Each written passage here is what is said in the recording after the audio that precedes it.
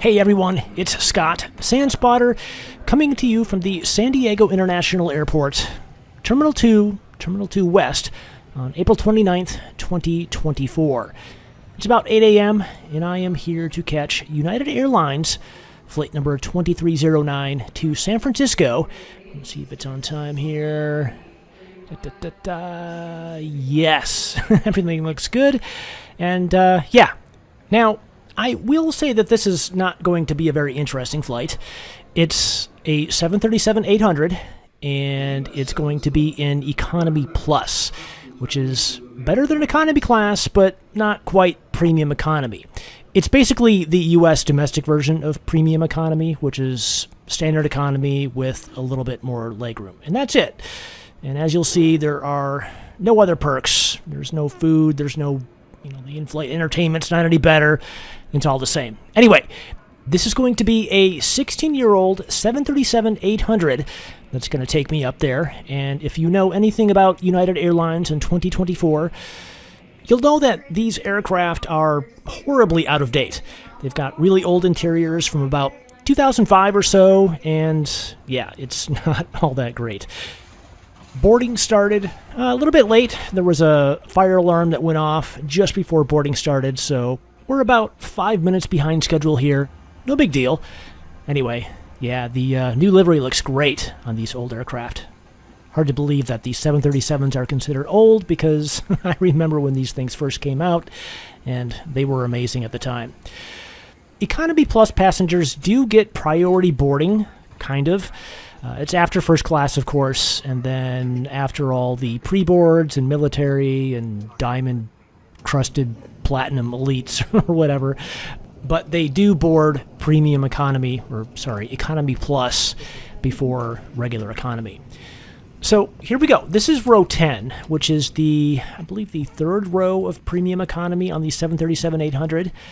Underseat storage space is pretty good. It's typical for United economy class, exactly the same as you'll find on all of the other narrow-body aircraft in the fleet, and it's better than what you'll find in the A321neo first-class product.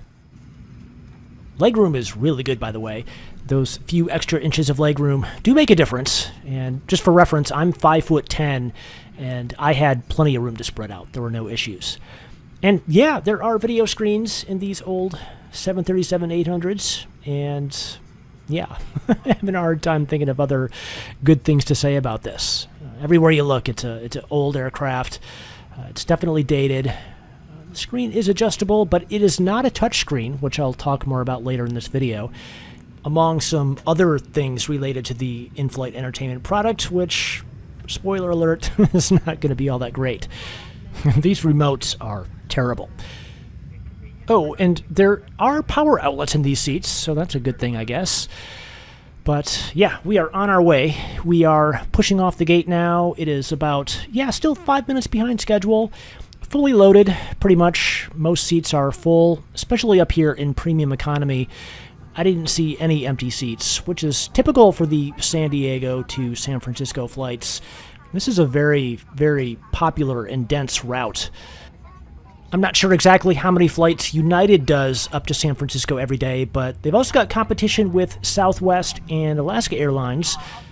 And not surprisingly, all those flights tend to go out full. Oh, and here's the daily United 777-200 arriving from Dulles, a flight which I got to try last year, which was a little more fun than this one. Looks like we've got some stuff out here on the runway, which Airport Ops took care of really quickly.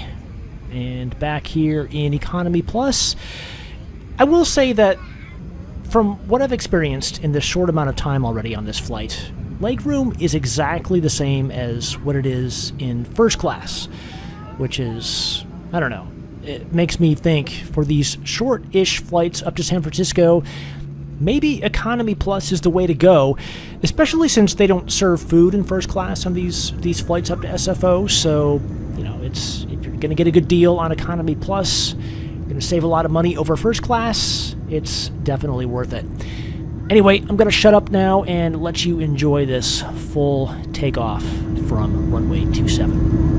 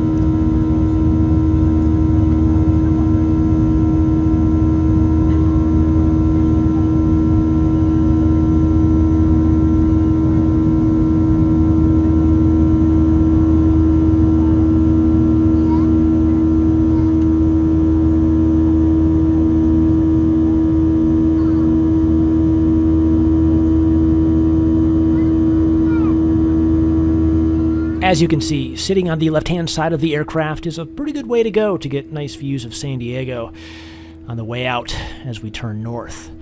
Turning the attention back here to Economy Plus, let's talk about the video entertainment system for a while. Yeah, so like I said, these are not touchscreens, and you're going to have to interact with everything via these armrest remote controls, which are horrible to use, by the way. And not only that, the only, I guess, software or their entire UI, it's just DirecTV. So the only thing you have to watch is what's currently playing on DirecTV.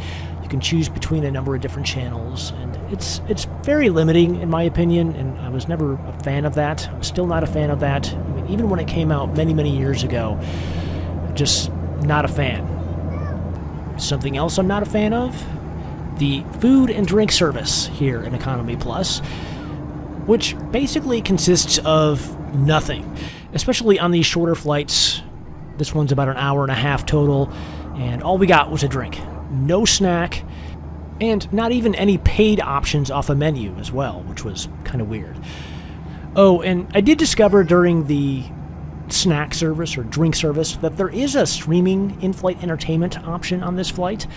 It's typically United, nothing special about this. There are movies and TV shows that you can choose from, which is a much better experience than the DirecTV video screen thing that I showed you earlier.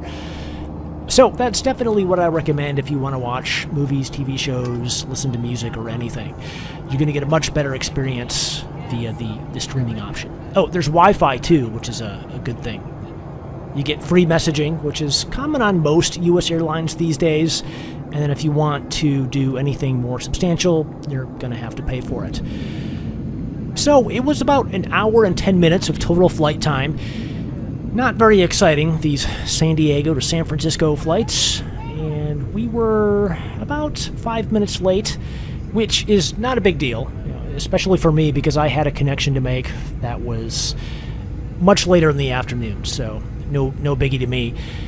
And here we are lining up for runway 28 right. These are always beautiful approaches into SFO. And here we go. Wait for it. Almost there. Stay on target. There we go. Welcome to San Francisco. So all in all, pretty good flight. Done so many of these San Diego to San Francisco flights. I've done it in first class, I've done it in economy, I've done it in premium economy, economy plus. Big difference there. And yeah, I think that's the takeaway from this entire video. So economy plus is definitely not premium economy. All you're going to get is a little bit of extra leg room. I think it's just 3 extra inches if I recall correctly. It's not much, but as someone who is 5'10", it does make a difference. And if you want just a little bit of extra room to spread out, I highly recommend it. Because most of the time, at least in my experience, the cost over regular economy isn't that much more. It's usually a lot cheaper than first class.